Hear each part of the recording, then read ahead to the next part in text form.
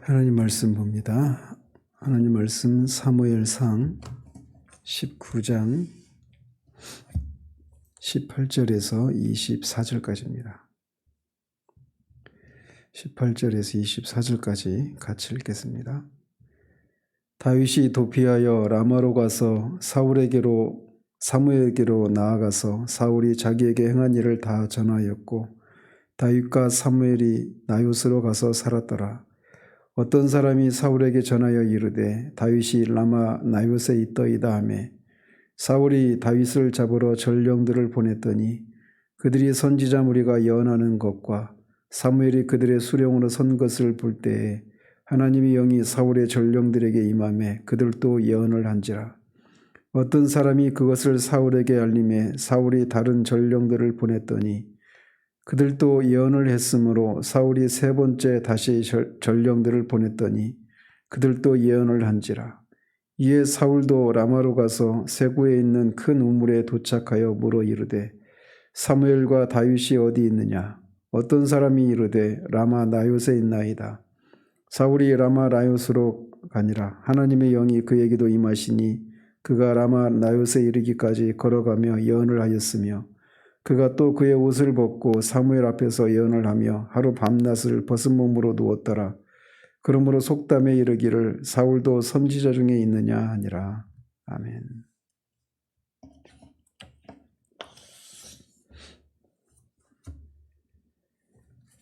어제는 사울의 딸이자 다윗의 아내인 미갈의 도움으로 사울의 살해 위기에서 벗어난 장면을 살폈습니다.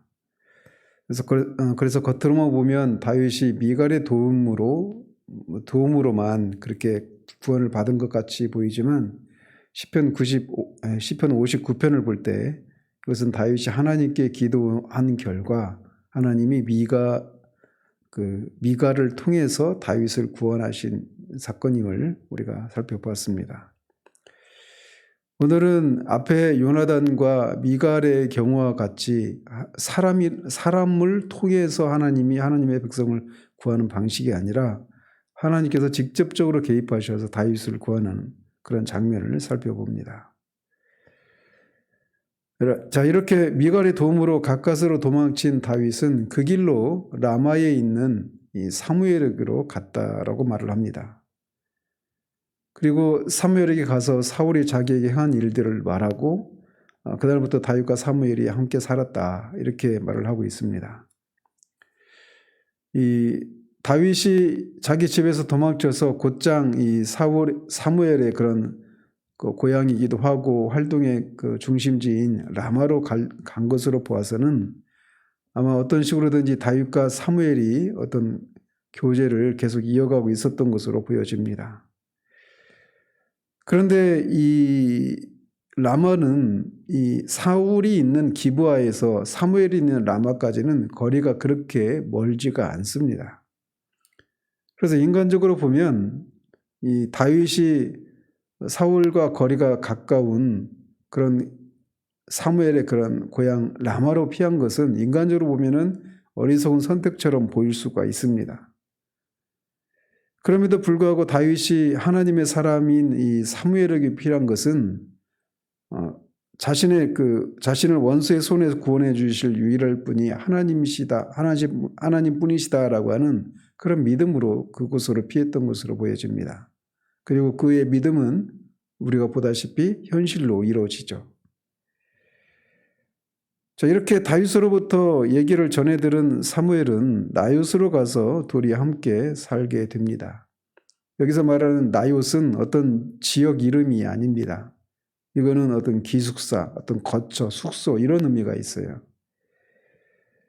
그래서 이 갈대아역에서는 이것을 이제 기숙사 이렇게 번역했는데 이 나요스는 사무엘이 그의 제자들을 수용하기 위해서 세운 선지 학교로 보여집니다. 그래서 20절에 선지자의 무리가 등장하는데 이 나요스에 살고 있는 그 사람들을 가리키는 걸로 보아서 이게 나요시 거처라고 하는 라마에 있는 선지 학교 이렇게 이해를 하면 되겠습니다. 그래서 이 다윗이 사무엘과 함께 나요새 살게 되었는데 이것이 어떤 사람에게 알려졌고 그 사람이 그 사실을 사울에게 보고를 합니다. 우리말 성경은 이 19절이 그 번역을 생략하고 있지만 19절은 이 원문에 보면 놀라움을 표시하는 보라라고 하는 그런 단어로 시작을 합니다. 이것은 사울이 다윗이 도망치고 나서 다윗의 행적을 계속 추적해 오고 있었던 것으로 보여집니다. 그래서 계속 추적하고 있는데 마침 어떤 사람이 다윗의 행적을 알게 되었고 그것을 사울에게 알리면서 보십시오라고 하면서 그렇게 알린 거죠. 이렇게 찾고 있던 이 다윗이 라마 나요스에 있다는 소식을 듣자마자 사울은 다윗을 잡기 위해서 전령들을 보냅니다. 이것은 이제 사울이 다윗을 공개적으로 죽이겠다고 하고 취한 두 번째 조치이죠. 그래서 사울은 다윗을 잡기 위해서 전령들을 보냈는데 이 전령들이 라마 나요스에 있는 이 선지자의 무리들이 예언하는 것과 그리고 사무엘이 그들 가운데 수령으로 서 있는 모습을 봅니다. 수령으로 서 있다는 얘기는 선지자 무리를 사무엘이 지도하고 있다 이런 의미입니다. 어쨌든 이 사울의 전령들이 그들을 보자마자 선지자의 무리처럼 예언을 하기 시작한 겁니다. 일반적으로 예언을 한다라고 할 때 이것은 어떤 엑스터시 상태에서 어떤 영적인 황홀경의 상태에서 그러니까 무의식의 상태이죠. 그런 상태에서 어떤 그 말을 하거나 찬양을 하거나 이런 것을 통해 하나님의 계시를 받는 이런 계시를 받는 일이 일어나는데 사울의 전령들도 그렇게 엑스터시 상태에서 자신이 간 목적을 다 상실한 채 예언을 하고 있어서 다윗을 잡으려고 했던 시도가 무산되고 맙니다. 이것은 2차, 3차로 보냈을 때까지도 마찬가지 일들이 벌어지게 되어서 사울이 직접 그곳에 가게 되는 계기가 되죠. 근데 여기서 잠깐 한편 여기 등장하는 선지자의 무리들이 누구이고 어떻게 생겨났는지 그리고 그것들이 선지자의 무리들이 있다라고 하는 것이 어떤 의미가 있는지 이거를 잠깐 살펴보고 지나가면 이 선지자의 무리라고 하는 이런 용어가 등장한 것은 그 사무엘 때부터입니다. 사무엘이 어린 시절에는 여호와의 말씀이 희귀하고 이상도 흔히 나타나지 않았던 그런 때였지 않습니까? 그리고 엘리와 그 두 아들에 의해서 그런 성소가 더럽혀지고 그런 하나님을 섬기는 그런 제사들이 더럽혀진 그런 상황이었단 말이에요. 그런 상황이었는데 그래서 이스라엘이 잠시 동안 언약궤를 뺏기기도 하고 하나님이 이스라엘에서 하나님의 영광이 떠났다라고 하는 그런 이가봇이라고 이름을 지어줄 수밖에 없었던 그런 상황이었단 말이죠. 근데 그런 상황에서 있을 때 이 선지자의 무리라고 하는 그룹이 생겨나게 됩니다. 이것으로 보아서 이 선지자의 무리는 이 사무엘과 함께 하고 있는 이 선지자의 무리가 사무엘에 의해서 처음으로 생겨나는 것임을 우리가 볼 수가 있습니다. 그리고 이 선지자의 무리라고 하는 이 용어가 무리라고 하는 대신에 생도라고 하는 이런 말로 이게 뭐 같은 말이긴 하지만 단어는 다르죠. 근데 어쨌든 이 선지자의 무리라고 하는 이 그룹이 뒤에 보면 이제 엘리야 때 그리고 그 뒤를 이은 엘리사 선지자 때 또 이들이 등장을 합니다. 그런데 이 사무엘 때도 그렇고 엘리야와 엘리사 때도 그렇고 그때 선지자의 무리들이 등장을 하는데 왜 그 두 시기에 영적으로 공통점이 있다라는 것입니다. 그래서 이 사무엘 시기에 선지자의 무리들이 생겨나게 됐는데 그것은 이 성직자와 성소의 타락으로 인해서 생겨난 것입니다. 그런 상황에서 이 하나님을 섬기는 여호와의 종교, 여호와만을 섬기는 그런 사람들을 길러낼 필요가 있었던 것입니다. 마찬가지로 엘리야와 엘리사 때도 마찬가지였어요. 바알 숭배로 온 이스라엘이 그렇게 영적으로 타락했을 때 여호와 하나님만을 섬기는 그런 여호와의 종들, 그 종들을 그렇게 훈련시키고 그들이 그 여호와를 숭배할 수 있는 그런 장소나 그런 무리들이 필요했던 것이죠. 그런 영적으로 그렇게 쇠락했을 때 그렇게 여호와 하나님만을 섬기기 위한 하나님의 뜻을 전달하고 배우고 하는 이런 필요 때문에 선지자의 무리들이 생겨났다라고 할 수가 있는 것이죠. 이런 것으로 보아서 하나님은 영적으로 쇠락할 때 늘 이렇게 그 엘리야 때는 바알에게 절하지 않은 7,000명을 남겨놓았다. 이렇게 하나님이 말씀하시는 것처럼 영적으로 그렇게 쇠락하고 어두운 그런 시기에 하나님을 섬기는 그런 진실한 사람들을 다 어딘가는 남겨놓았다라고 하는 것을 이 선지자의 무리라고 하는 이 무리들을 통해서 우리가 유추해 볼 수가 있는 겁니다. 이것은 우리에게 큰 위로가 되죠. 오늘과 같이 하나님을 섬기는 그런 옛날에 비해서 훨씬 더 많은 그런 외적으로는 그렇게 많이 있지만 요한계시록에 나오는 것처럼 사대교회 안에서 사대교회가 그냥 그 살아있으나 실상은 죽어있다라고 그렇게 주님으로부터 책망을 받았던 사대교회도 우리가 살폈듯이 그냥 외적으로 종교적인 그런 활동들 이런 것들이 전혀 없는 게 아니었단 말이에요. 나름 그 안에 많은 프로그램들이 활발하게 돌아가고 있었고 하나님을 섬기는 그런 신앙 활동이 외적으로 보면 굉장히 활발하고 있었기 때문에 죽어있다라고 말할 수가 없는 그런 상황이었습니다. 그러나 그 예배를 받으시는 주님이 보시기에는 그들이 실상은 죽어 있었다라고 그런 책망을 받는 것처럼 저는 우리 시대가 그런 시대라고 저는 생각이 되어집니다. 정말 예배가 인터넷에 막 설교가 넘쳐나죠. 그리고 교회마다 다 코로나로 인해서 영적으로 지금 그전에 비해서 그 어떤 활동적인 측면에서 많이 침체되어 있는 것이 사실이긴 하지만 그럼에도 불구하고 수많은 그런 종교적인 활동들이 그렇게 그렇게 일어나고 있단 말이죠. 그러나 홍수 때 물이 넘쳐난 홍수 때 정작 마실 물이 없는 것처럼 우리 시대가 이렇게 종교적으로 기독교적으로 그런 어느 때보다도 그렇게 활발하게 많은 매체들을 통해 가지고 그런 활동들이 활발하게 일어나고 있지만 그 속에서 정말 참된 하나님의 사람들을 찾기가 그렇게 쉽지는 않은 시대라고 저는 생각이 되어져요. 그런데 그럼에도 불구하고 어딘가는 정말 진실한 하나님의 사람들을 하나님이 세워놓으셨고 그래서 저는 개인적으로 그런 분들을 만나면 정말 제가 할 수 있는 것, 줄 수 있는 것 모든 걸 다 주고 싶은 그런 마음이 일어날 정도입니다.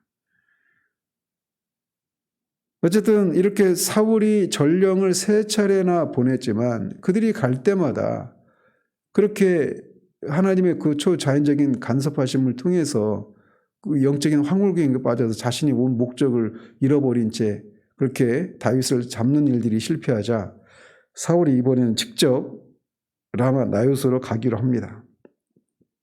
그래서 그가 라마로 가서 세구에 있는 큰 우물에 도착해서 사무엘과 다윗이 어디 있느냐고 묻자 사람들이 라마 나요스에 있다라고 대답을 합니다.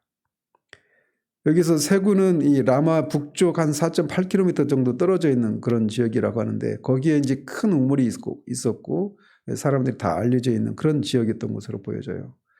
근데 거기서 사울이 다윗이 어디 있느냐 이렇게 묻지 않고 그렇게만 묻지 않고 사무엘과 다윗이 어디 있느냐 이렇게 묻고 있는 것을 보아서 사울의 마음에 자신에게 2차례나 사울의 왕권이 폐위되고 하나님이 세우신 그런 더 나은 이웃에게 줄 것이다라고 하는 이것을 마음에 두고 그런 원망하는 마음이 있었던 것으로 보여져요. 그래서 사울은 이 사람들의 말을 따라서 라마 나요스로 가기 위해서 길을 나섰는데 이번에도 사울에게도 이 하나님의 영이 강력하게 임해서 사울도 라마 나요스로 가기 전에 다른 전령들은 사무엘을 봤을 때 선지자 무리와 사무엘을 보았을 때 예언을 하기 시작했지만 사울은 그 길에 가는 도중에서부터 예언을 하기 시작을 합니다. 그리고 사무엘 앞에 가서는 그 앞에서 옷을 벗고 하루 밤낮을 그렇게 예언을 하게 되었고 그런 일이 있고 나서 사람들 사이에서 사울도 선지자들 가운데 있는가라고 하는 속담이 회자되었다라고 말을 하고 있습니다.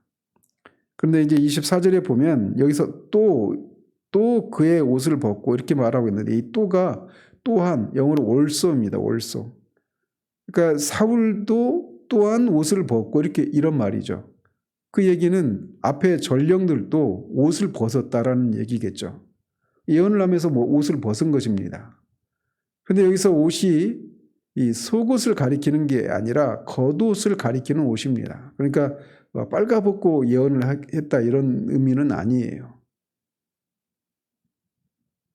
어쨌든 이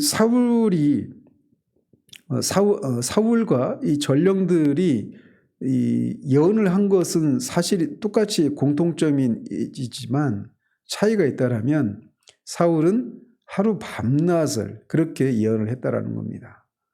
이것은 이 사울이 하나님의 뜻에 대해서 다른 전령들보다 훨씬 더 완악하게 저항이 있기 때문으로 보여집니다.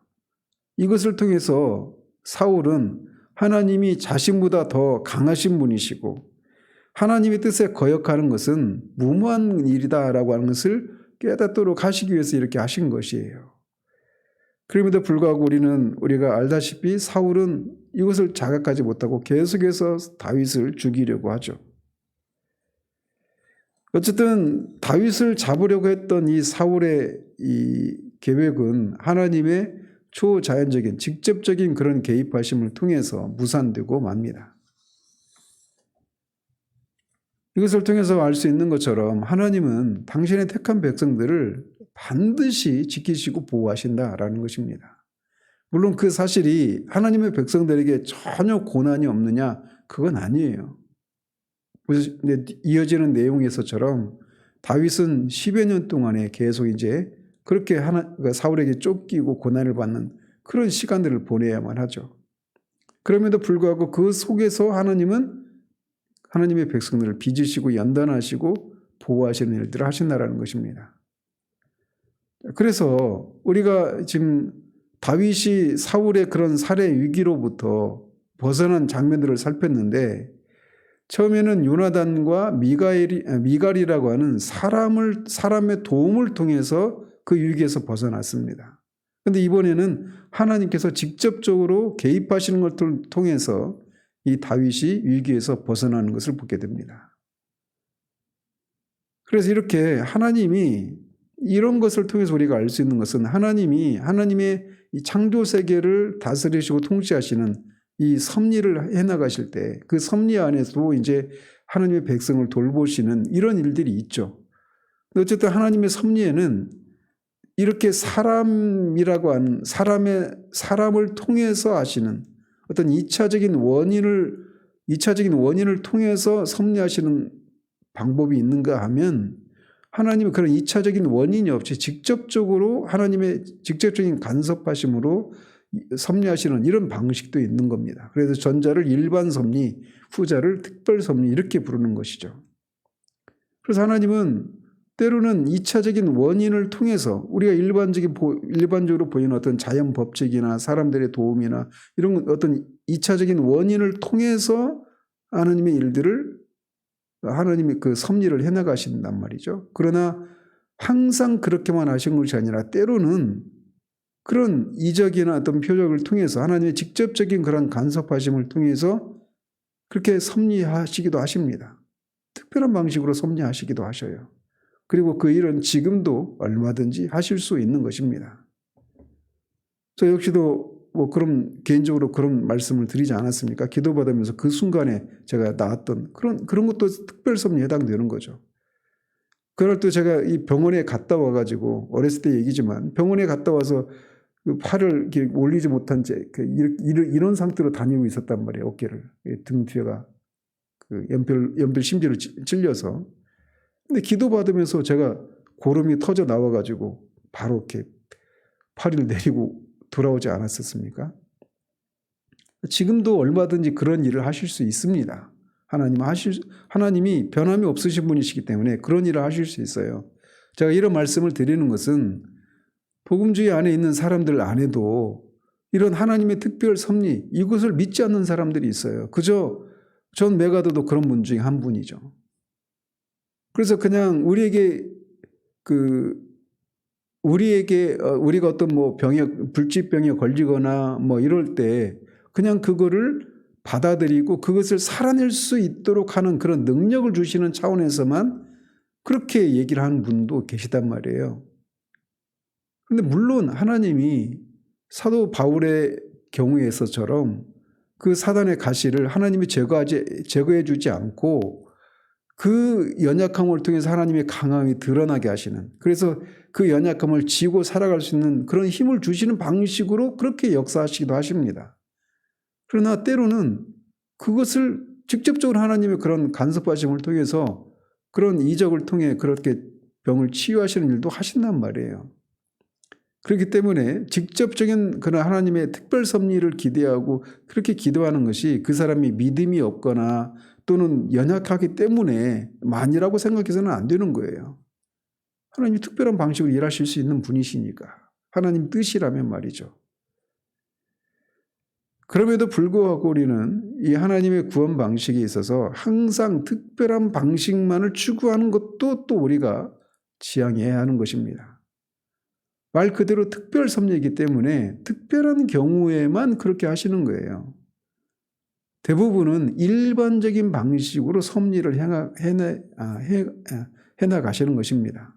그렇기 때문에 우리는 이 둘 사이에서 그런 균형을 가지고 살아가야 할 것이에요. 일반적인 방식들에 대해서는 거들떠보지도 않고 늘 어떤 특별한 방식으로만 하나님 우리를 구원하셔야 그것만이 하나님이 우리를 구원하신 것이고 하나님이 우리에게 은혜를 베푸신 것이다, 이렇게 생각해서는 안 된단 말이죠. 그렇게도 하시지만 대부분은 일반적인 방식으로 하시는 것입니다. 이 둘 사이에서 우리는 균형을 가져야 돼요. 어쨌든 이 하나님의 택하심을 받은 다윗을 하나님이 이렇게 하나님이 버리신 사울로부터 일반적인 방식이든 사람의 도움이든 또는 이 특별한 초자연적인 직접적인 개입하심으로 이렇게 하시든 하나님의 백성을 구원하시는 것을 우리가 보게 됩니다. 그렇기 때문에 우리가 우리의 삶을 살아낼 수 있는 거예요. 이 다윗을 이렇게 하나님이 특별한 방식으로 또는 일반적인 방식으로 구원하시는 것처럼 우리의 삶 역시 그렇게 해나가시는 것입니다. 그리고 하나님의 백성들의 모임인 교회 또한 그렇게 하시는 거예요. 특별한 방식으로만 교회를 이끌어 가셔야 하나님이 우리를 인도하시는 게 아니죠. 일반적인 방식을 통해 그런 일을 하시는 거예요. 그렇기 때문에 오늘 또 우리에게 주어진 삶이, 그리고 앞으로 우리가 펼쳐져야 될 그런 삶을 살아가면서 끊임없이 수많은 그런 위기들을 만나게 될 것인데 그 위기들을 우리가 헤쳐나갈 때 다윗이 어제도 말씀드린 것처럼 겉으로 보면 그냥 사람의 도움만 받고 수동적으로 그런 상황을 맞이한 것 같지만 그렇지 않고 그 상황에서 그가 여호와 하나님을 자신의 요새요 피난처로 생각하고 산속으로 생각하고 그 하나님께 피해서 결국 그렇게 사람의 도움이라는 방식으로 또는 하나님의 직접적인 개입하심이라는 방식으로 그 위기에서 벗어났던 것처럼 우리도 그렇게 하나님께 의지하고 하나님을 바라보는 그런 우리들 되기를 바랍니다. 기도하겠습니다. 하나님 아버지, 다윗이 위기를 맞은 그 상황 가운데 하나님이 2차적인 원인을 사용하셔서 또는 2차적인 원인이 없이 직접적인 방식으로 개입하셔서 다윗을 구원해 내가시는 이런 장면들을 우리가 살펴보았습니다. 다윗에게 그렇게 하셨던 것처럼 지금도 하나님은 얼마든지 일반적인 방식으로든지 또는 특별한 방식으로든지 그렇게 당신의 백성들을, 교회를 지키시고 보호하시는 하나님이심을 우리가 보게 됩니다.